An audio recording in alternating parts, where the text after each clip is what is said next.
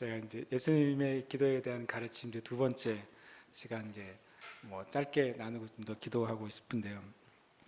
이 부분은 제가 많이 생각해 보지 않았는데 굉장히 저한테 좀 도전이 됐어요. 그래서 제가 여러분에게 나누고 싶어요. 예수님이 우리에게 기도를 어떻게 하라고 가르치신 말씀들이 있는데 그 중에 하나가 되게 명백하게 기도하라고 말씀하셨는데 저는 한 번도 이것을 주제로 설교해 본 적이 없더라고요.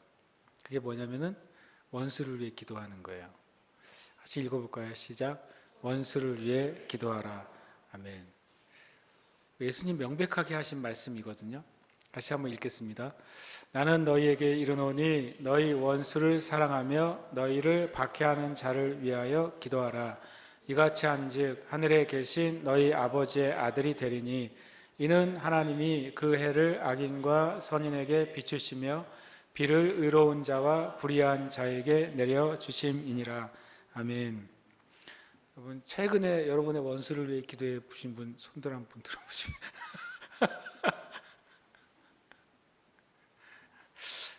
제가 이것을 설교한 적이 없더라고요. 정직하게. 그러니까 사랑을 위해서 얘기할 때 이 문장은 여러분을 괴롭힌 사람을 위해 사랑하고 기도하세요. 이런 이제 설교 중에 이런 얘기는 한 적은 있는데 이것이 예수님이 우리에게 가르치신 기도의 가르치심 중에 하나라는 사실을 설교한 적은 없어요. 오늘이 처음이에요. 명백하죠. 눈으로 보시면 주님이 너희를 박해하는 자를 뭐라고요? 위하여 기도하라고 했어요. 나를 박해하는 저 사람을 죽여주세요. 이건 위하여 기도하는 건 아니잖아요. 그렇죠? 오늘 나를 괴롭히는 저 인간을 내일은 보지 않게 해주세요. 이거는 그를 위해서 기도하는 게 아니잖아요. 위하여라는 말을 우리가 잘 압니다. 그죠? 위하여라는 말은 기도를 하는데 좋게 기도하라는 거 아니에요? 그죠? 참 주님의 말씀이 너무 분명해가지고 문제예요. 뭐 중간에 우리가 생각하는 조건과 상황과 그런 거를 마치 허용하지 않으시는 것처럼 주님이 우리 가르쳐 주신 기도의 가르침 중에 명백한 하나인데요. 너희가 하나님의 아들이 되리니 이 말은 전체적인 의미는 너희가 하나님의 아들이기 때문에 너희가 하나님의 자녀이기 때문에 너희를 어렵게 하는 그 원수를 위해서 기도하는 게 마땅하다는 거예요. 뭐 원수가 별로 없으실 수도 있어요, 여러분이. 원수 지고 살지 않으실 수도 있어요. 그런데 가끔 우리가 나에게 합당하지 않는 대우를 했던 사람들은 많이 떠올릴 수 있어요. 그렇죠? 나를 마땅히 존중해 줘야 되는데 존중하지 않았던 사람들을 생각할 수 있단 말이죠. 그리고 내 인생 가운데 나한테 요즘 말로 하면 갑질을 했던 수많은 사람들을 떠올릴 수 있어요. 그렇죠? 그런데 예수님이 말씀은 너무 놀라워요. 너희 원수를 사랑해라. 그리고 너희를 박해하는 자를 위하여 기도해라. 위하여 기도하래요. 박해하는 자에 대해서 기도하라고 하지 않으시고 그를 위하여 기도해라. 이건 굉장히 정말 좀 역설적인 기도잖아요. 그래서 제가 한번 전에 말씀드렸지만 한때 한국교회 보복기도 이런 책들이 유행한 적이 있어요. 제가 진리가 아니라고 말씀드렸거든요. 보복기도 아니면 원수를 갚는 기도 그런 기도가 있다는 제가 책 제목을 일부러 정확하게 얘기 안 하는데요. 그런 기도가 한참 한국교회 한데 많이 읽었었거든요. 제가 실제로 그 기독교 서전 베스트셀러 1위에 올랐던 적도 있어요. 그 책 제목이 한국교회. 근데 그건 진리가 아니에요.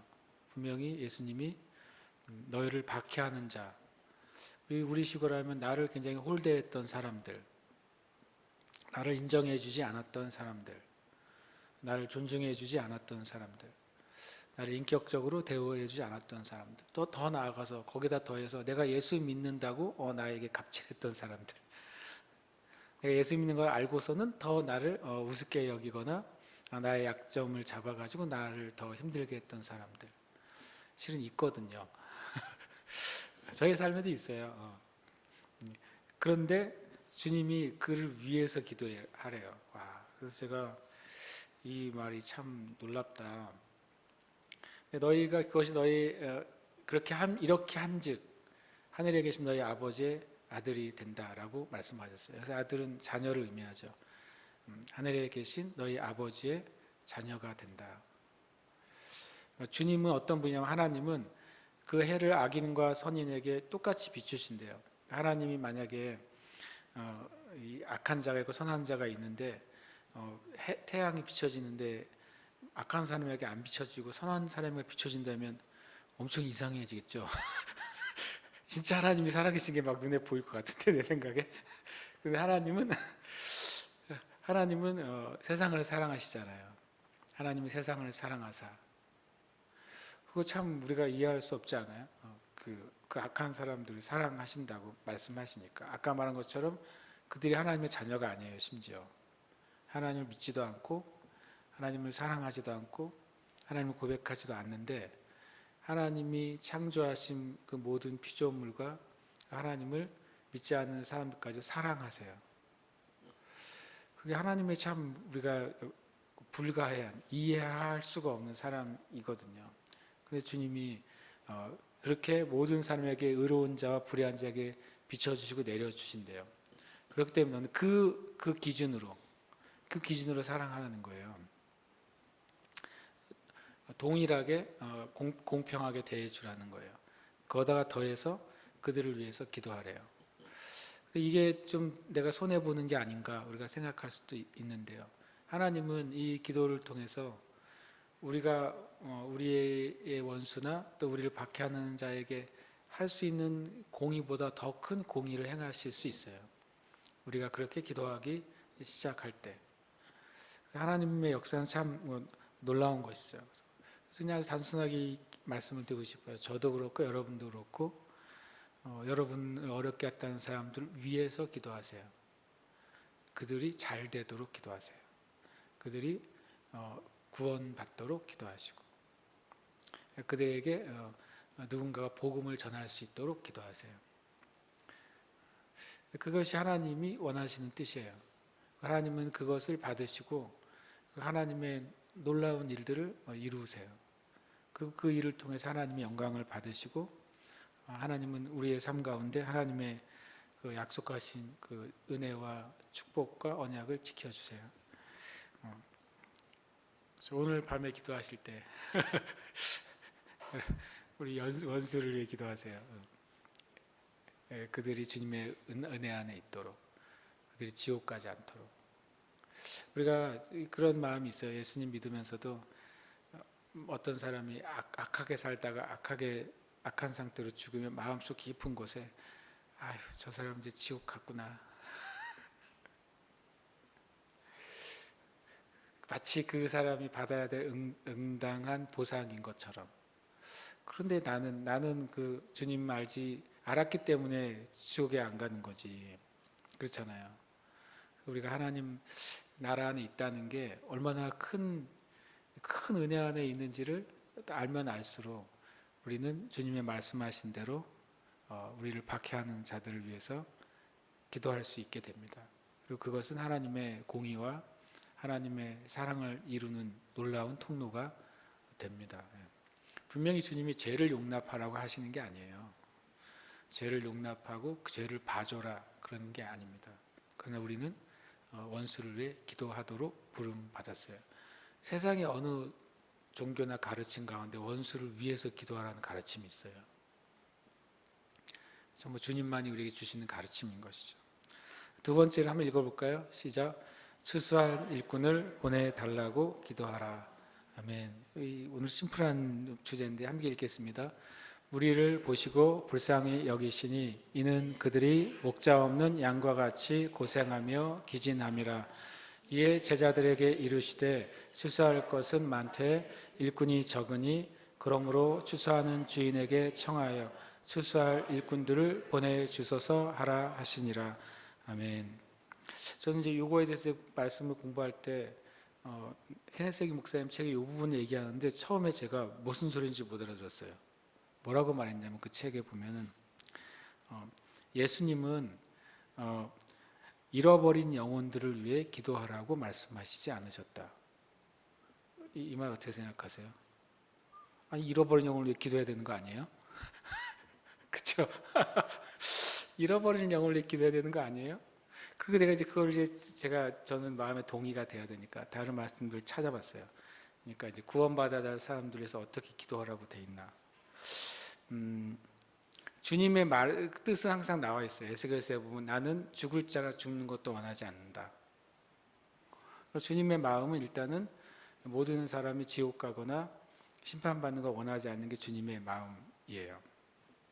근데 신약에 와서 보니까 주님이 여기 위에 보시면 주님이 무리를 보시고 예수님께 많은 사람들이 몰려왔잖아요. 근데 그들을 불쌍히 여기셨어요. 왜냐하면 그들이 목자 없는 양인 것 같아요. 그리고 고생하고 그 힘이 다하는 그런 불쌍한 인생을 살아가요. 그럴 때 주님이 이제 돌아서서 제자들에게 이 무리들을 보고서 기도를 뭐라고 하라고 하셨냐면 너희들이 이 목자 없는 양과 같이 고생하는 이들을 주님께서 돌봐주시도록 기도해라 라고 가르치지 않으시고 이렇게 말씀하셨어요. 추수할 것은 많되 일꾼이 적으니 그러므로 추수하는 주인에게 청해서 추수라 일꾼들을 보내주소서 하라 라고 기도하라고 가르치세요. 그리고 또 하나는 왜 예수님의 우리 가르쳐 주신 기도 가운데 잃어버린 영혼들을 위해서 기도하라고 말씀하시지 않냐면요. 주님이 이미 십자가에서 모든 영혼들을 위한 구원을 이루셨기 때문이에요. 그러니까 우리가 어떤 예수 믿지 않는 사람을 위해서 기도할 때 주님 저 영혼을 구원해 주세요. 이게 우리의 어떤 은혜로운 기도, 중보의 기도가 될 수는 있어요. 그런데 그 말은 진리적으로는 주님이 이미 이루셨다는 거예요. 성경은 주님의 죽으심은 우리가 아는 것 예수님의 보혈은 몇 명을 위한 보혈입니까? 모든 인류를 위한 보혈이죠. 그러니까 주님은 십자가에서 구원을 어떻게 하셨어요? 이루셨잖아요. 우리가 자주 얘기하잖아요. 주님은 십자가에서 다 이루셨습니다. 모든 영혼을 구원하시는 일을 주님이 이루신 거잖아요. 그러니까 주님은 십자가에서 이루신 구원의 은혜는 모든 인류가 구원받도록 구원의 은혜를 이루셨어요. 그러면 누군가가 그 구원을 얻게 되는 길은 뭐냐면 이미 구원하신 그 은혜의 사실을 듣는 거죠. 복음을 듣고 그 복음에 반응해서 그 구원하신 주님의 은혜를 어떻게 하는 거예요? 받아들이면 돼요. 그래서 영접한다고 성경이 말하잖아요. 영접하는 자, 곧 그 이름을 믿는 자. 그러니까 실은 이 땅에 있는 모든 인류는 구원받을 수 있는 길이 뭐냐면 그를 지금 구원해 주시는 게 아니라 주님이 십자가에서 이미 이루신 구원을 어떻게 하는 거예요? 믿고 받으면 되는 거예요. 그러니까 주님의 구원은 이미 완성된 거잖아요. 일시에 영원히 단번에 드린 제사라고 성경에 말씀하고 있잖아요. 우리는 믿음 안에서 예수님의 보혈은 모든 인류를 위한 거라고 고백하는 거예요. 그렇죠?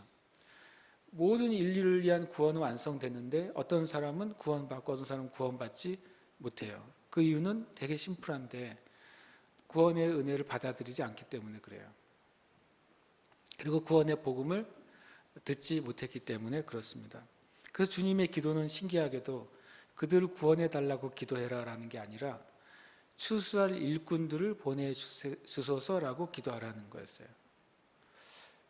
그 회계 목사님 책이 이렇게 말하더라고요. 자신이 자기의 친지나 아는 사람들을 위해서 구원을 위해서 열심히 기도했대요.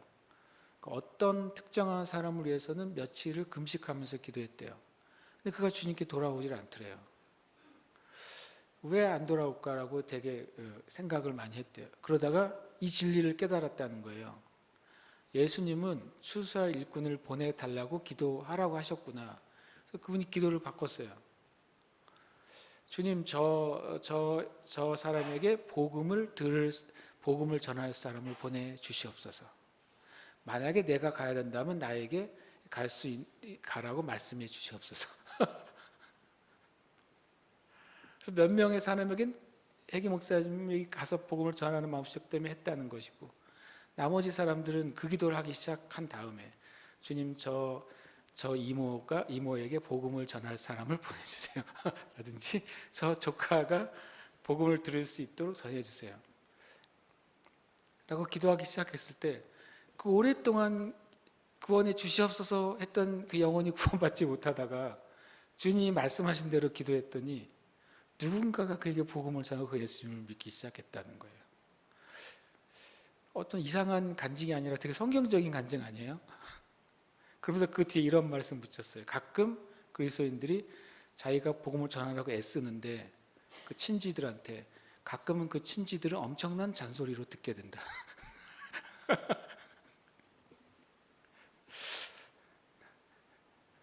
그래서 이 기도가 되게 저는 재밌었어요. 이 내용을 공부할 때 추스라 일꾼을 보내달라고 기도해야 되겠구나. 우리가 구원받길 원하는 사람을 위해서, 그리고 주님 나에게 맡겨준 영혼들이라고 생각하는 이들을 위해서, 우리도 주님이 우리에게 기회를 주시고 복음을 전하라고 감동을 주신다면 우리는 당연히 복음을 전해야 되죠. 근데 가끔은요, 우리가 복음을 전해야겠다는 의지와 갈망과 노력은 많이 있지만 가까운 사람일수록 복음을 진리대로 잘 못 전하고 우리의 감정과 많은 것이 섞여가지고 아니면 강요하거나 그렇게 복음을 전할 때도 있잖아요. 그래서 이 단순한 진리가 저한테 되게 도전이 됐고, 저도 이것을 이제 실천하기로 했어요. 그리고 이 말씀은 무엇을 기준으로 할 수 있냐면 주님이 주 예수를 믿으라 그래야면 너와 너의 집이 구원을 받으리라 라고 약속하셨잖아요. 이미 선포하셨어요. 사도 바울을 통해서 구원이 가족에게 임하는 게 뭔가. 그런데 또 하나는 실제로 우리가 우리의 친지 중에 저희 많은 친지 중에서도 예수님 안 믿고 돌아가신 분들 많습니다. 그리고 가끔 제가 주님께 제가 그분에게 복음을 전했어야 됐던 거 아닌가요? 근데 내가 용기를 내지 못한 거 아닌가요? 아니면 주님께 불순종한 게 아닌가요? 그렇게 생각했던 가까운 친지들도 실제로 많이 있습니다. 그런데 우리가 알지만 구원은 일단 하나님께 속한 거예요. 내 영역이 아니에요. 누구를 구원하고 누가 지옥 가고 천국 가고는 여러분 우리의 그 차원이 아니잖아요. 우리는 우리가 할 수 있는 순종을 하는 거예요. 그때 좋은 순종 중에 하나가 이 말씀이라는 거죠. 주님을 구원하시겠다는 약속을 하셨어요. 그리고 예수님을 통해 구원의 은혜는 이미 완성하셨어요. 이제 복음이 전해져야 되는 거잖아요. 그러면 이 말씀을 오늘 한번 이 밤에 나머지 시간에 우리가 기도할 때 저에게 실천하고 싶은 생각이 들었어요. 원수를 위해 기도하라고 하셨고, 그리고 우리가 누군가가 구원을 받아야 되겠다고 우리가 느낀다면 주님 추수하 일꾼을 보내주세요. 제가 그 추수하 일꾼이라면 제가 복음을 전할 수 있는 최고의 기회를 갖게 해주세요. 그리고 제가 하기 어려운 일이고 주님이 은혜를 베푸신다면 주님 그에게 추수하 일꾼을 보내주세요. 그래서 그가 복음을 듣는 은혜를 베풀어 주세요. 우리가 기도할 수 있는 길이 하나 있는 거예요. 내가 이룰 수 없는 사람, 내가 만날 수 없는 사람, 내가 직접 지금 대할 수 없는 사람을 위해서도 그가 구원받도록 우리가 기도할 수 있는 길을 주님이 준비해 주신 거죠. 그래서 우리가 이 밤에 잃어버린 영혼들을 구원해 주세요가 아니라 이제는 추수할 일꾼들을 보내주세요. 왜냐하면 하나님의 일꾼들은 온 천지에 있거든요. 저와 여러분도 하나님의 일꾼이잖아요. 그렇죠? 그리고 하나님은 저와 여러분처럼 하나님을 믿고 또 하나님을 사랑하는 그런 많은 일꾼들을 많이 가지고 계시잖아요. 그리고 하나님은 그 일꾼들을 다 사용하십니다. 그리고 적재적소에 그걸 배치하십니다. 그런데 그것을 하실 때 우리의 기도에 응답하셔서 그 일을 하신다는 거예요. 그게 얼마나 감사한지 모르겠어요. 그러니까 이제 한 12시까지 이제 몇 분 안 남았는데 우리 기도합시다. 우리가 시간 두 가지요. 저희가 두 가지 위해서 기도하고 싶어요. 왜냐하면 저도 정직하게 이 부분을 이렇게 많이 기도를 못 해봤어요. 물론 기도 중에 이런 기도를 했던 적은 있어요. 저를 되게 어렵게 했던 분들을 제가 위해서 기도했던 적들이 있어요. 그리고 그분들이 하나님을 만나게 해달라고 기도했던 적이 있어요. 좀 명확하게 성경에서 말씀하신 그대로 너는 너희를 박해하는 자를 위해서 기도하라는 말씀에 근거해서 제가 기도한 적은 많지 않은 거예요. 그리고 주님의 약속을 근거로 추수한 일꾼을 보내주소서라고 말씀을 근거로 기도한 적은 별로 없는 거예요. 오늘 이 밤에 좀 그렇게 기도하고 싶어요. 우리가 먼저 성령의 충만함을 좀 구하면서 기도하십시다. 주님, 저 여러분 이미 성령으로 세례를 받았을 때 성령님은 우리 안에 거하십니다. 근데 주님이 너희는 술 취하지 말라 이는 방탕한 것이 오직 성령의 충만함을 받으라. 그 원래의 의미는 성령의 충만함을 계속해서 받으라라고 되어 있어요. 우리가 주님 앞에 우리를 맡겨드리고 고백해드릴 때 성령님이 나의 생각과 마음을 얼마든지 다스리시고 내가 주님께 순종할 준비가 되어 있습니다 라고 기도할 때 우리 가운데 충만하게 은혜로 임하십니다. 그리고 성령님은 또한 권능으로 임하십니다.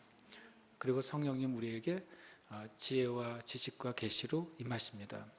우리로 하나님의 마음을 또 깨닫게 하시는 것으로 임하십니다. 시간 우리가 먼저 성령의 충만함을 구하십시다. 함께 기도하겠습니다. 할렐루야. 주님 감사합니다. 시간 성령의 충만함을 구합니다.